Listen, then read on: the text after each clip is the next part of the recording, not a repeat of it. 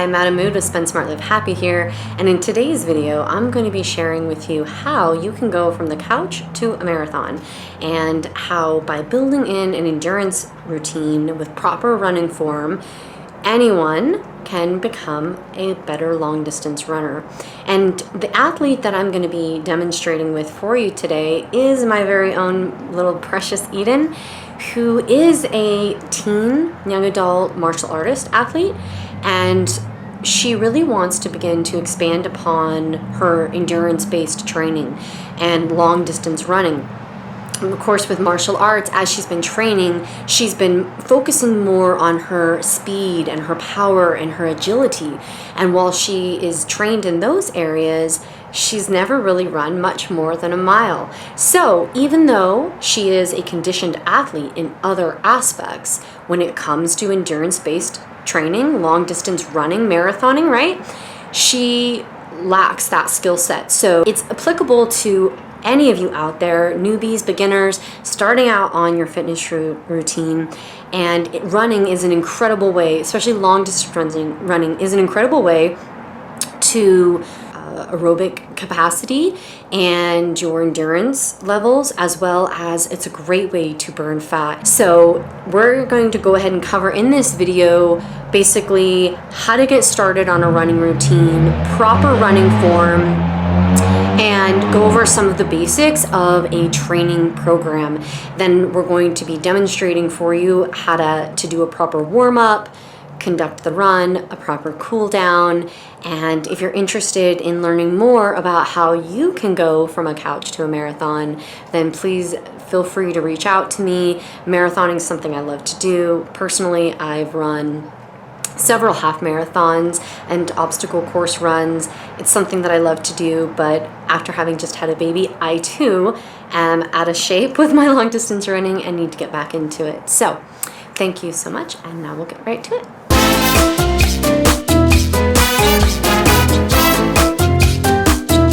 All right, Eden, so what is your experience with long distance running? Well, I've never done long distance running, so I haven't really known. What have been some of the biggest issues that you've had with trying to run? And well, I guess maybe my form, because whenever I start running and stuff, my knees and my feet start hurting a lot. And I don't think your knees are supposed to hurt when you're running. I think it's supposed to be your legs, not your knees. So that's a very good point. There's several different factors that can create issues for people who are running, especially new runners. Like me. It's important that you consider the quality of your shoes. Having adequate support and particularly arch support within your shoes, good shock factor, shock absorption in your shoes is going to help prevent injuries to your joints and the impact on those joints.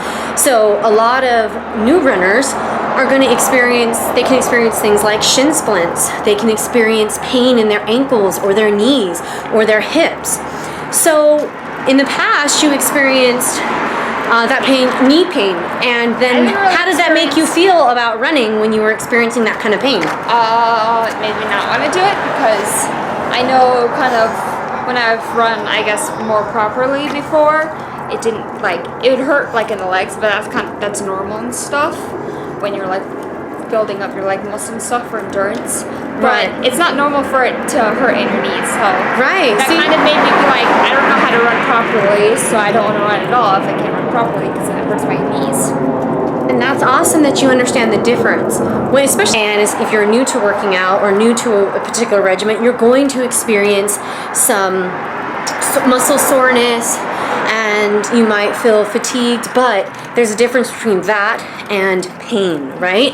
Yeah. If you're feeling pain, there's a good chance that you're having either you're overtraining or you're not training with proper form. You're doing things that can injure you, and there's nothing more demoralizing than getting injured after you've been making progress. Maybe you've been losing weight, or you've been getting some good muscle gains or gaining weight if that's important to you, and then all of a sudden, bam, you land yourself with a sports injury that can put you out for weeks or months and or even require surgery. So I'm very impressed, Eden, that you were aware of the difference between soreness and pain, and realizing that there may be an issue with your form and or like your shoes. If you're either new to working out or you're new to a particular sport, first of all, form and technique is very important, and it's going to make all the difference in how you feel. We're going to be talking about that. We're going to be taking a look at Eden's shoes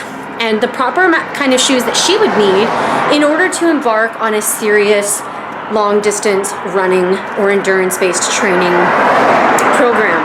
We're going to be talking about the proper form. I'm going to be showing Eden how to run, proper gait.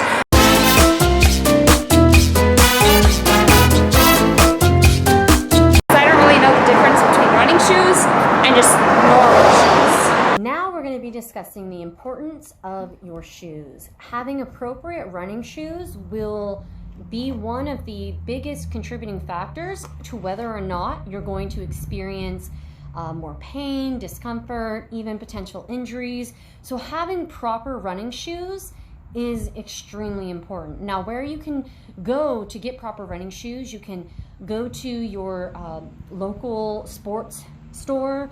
They will have a good shoe selection, but really optimally you would love to go to specifically a running store where they'll have trained professionals trained in helping to determine what type of foot you have. Do you have any pronation? Do you have a high arch? Do you have a flat foot? All of these types of things will determine the best type of running shoe for you so that you have adequate support, shock absorption, arch support, and so on. Now, we're going to examine Eden's shoes here.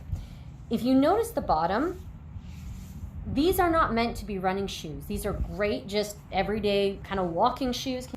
And you can see that it's got a very flat surface for the sole, not a lot of traction. Looking inside the shoe, there is almost no arch support in there.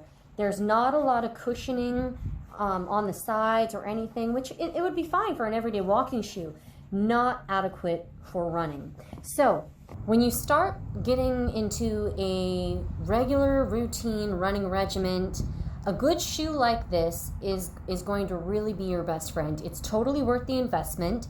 Sometimes they can get expensive if you do need to buy an additional arch support. You could run upwards of even $120, probably anywhere from $80 to $120, I think would be a reasonable amount to expect for a good quality running shoe. And it's going to last you probably anywhere from 6 months to a year, depending on how often you train. And you really just need to base it off of, if you start getting holes in the shoes there, if you start having the treading peeling off, those are all indications you should probably replace your shoe. And what you can do to extend the life of the shoe is, at the minimum, go and purchase a new arch support. And those usually run maybe around $20 or so. And just by replacing the arch support, you can often extend the life of the shoe just slightly. So, that's some education for you, and the quality of your shoe will make a difference in preventing shin splints, ankle pain, knee pain, hip pain, and will really allow you to have a better running experience with less injury, less pain, and a better and easier recovery time between run sessions. You can see the difference. Oh, sorry, you can see they're well loved. They're very dirty, I apologize. But you can see the difference in the traction. Think about almost like tires, and the difference between flat, smooth tires versus something with a lot of tread. And then when you check on the inside, you're going to see there's a lot more cushioning. I also I get special arch supports that I take out the original arch support that came with the shoe and add in my new higher arch support because I have high arches.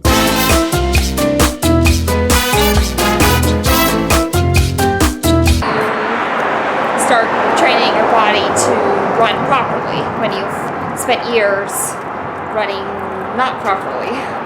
All right, so let's talk form. You're going to want to make sure that you're keeping your spine relatively straight. This is why you're going to be slightly leaning forward when in the proper running form. Oftentimes people will arch their back and their neck backwards, and they're in a very stiff locked position because they're tense, but that's really unnatural. You want to lean forward. You want to be loose and looking ahead of you, not down at your feet. So you're going to be in this kind of relaxed forward movement. Think of a runner crouching slightly, ready to sprint off at the start of the race.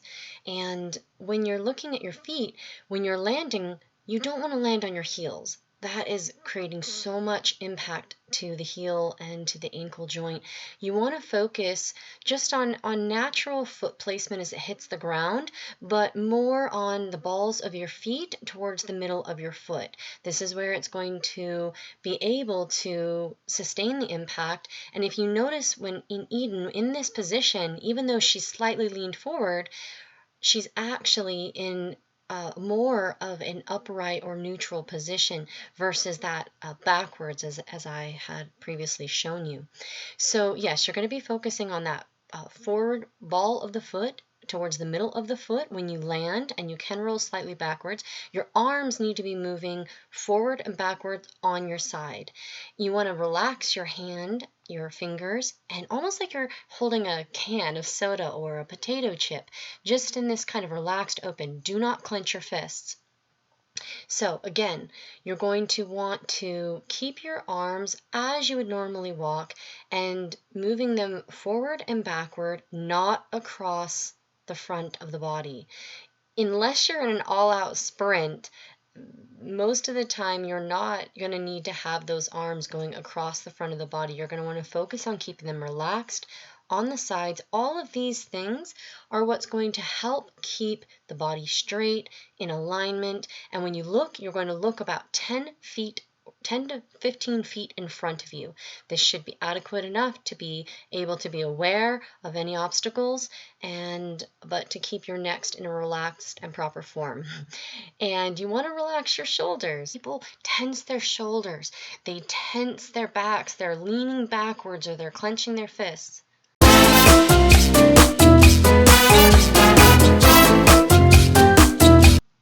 Now to warm up, Eden and I actually walked about a quarter of a mile to get to this park area, so you can use just light walking as your warm-up before getting into a more difficult run. However, if you want to do a traditional warm-up, something like this might be adequate. You can start with running in place.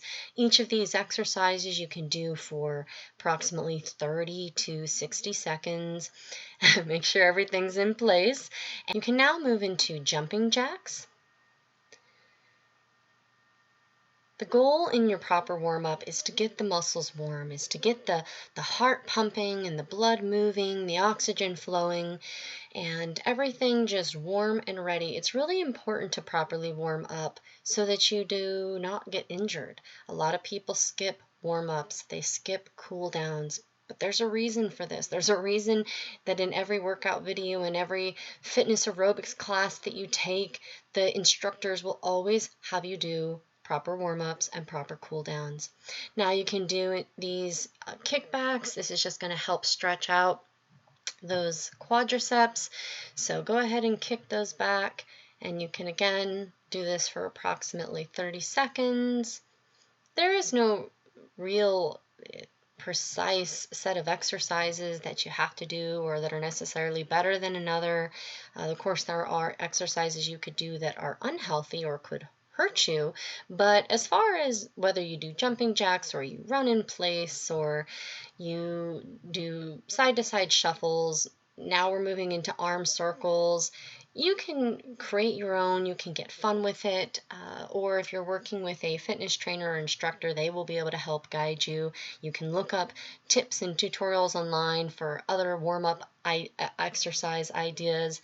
However, I'm just showing you some basic ones that I like to use prior to working out on a run. Now you can squat in place, work on those quadriceps and calves and glutes, lower back, just kind of getting things warm and loose and flexible so that you can really enjoy your run and afterwards not deal with as much muscle tension or soreness.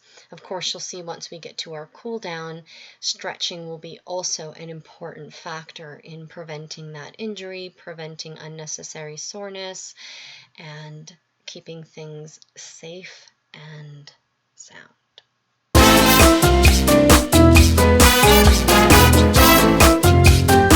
How do you schedule it and stuff?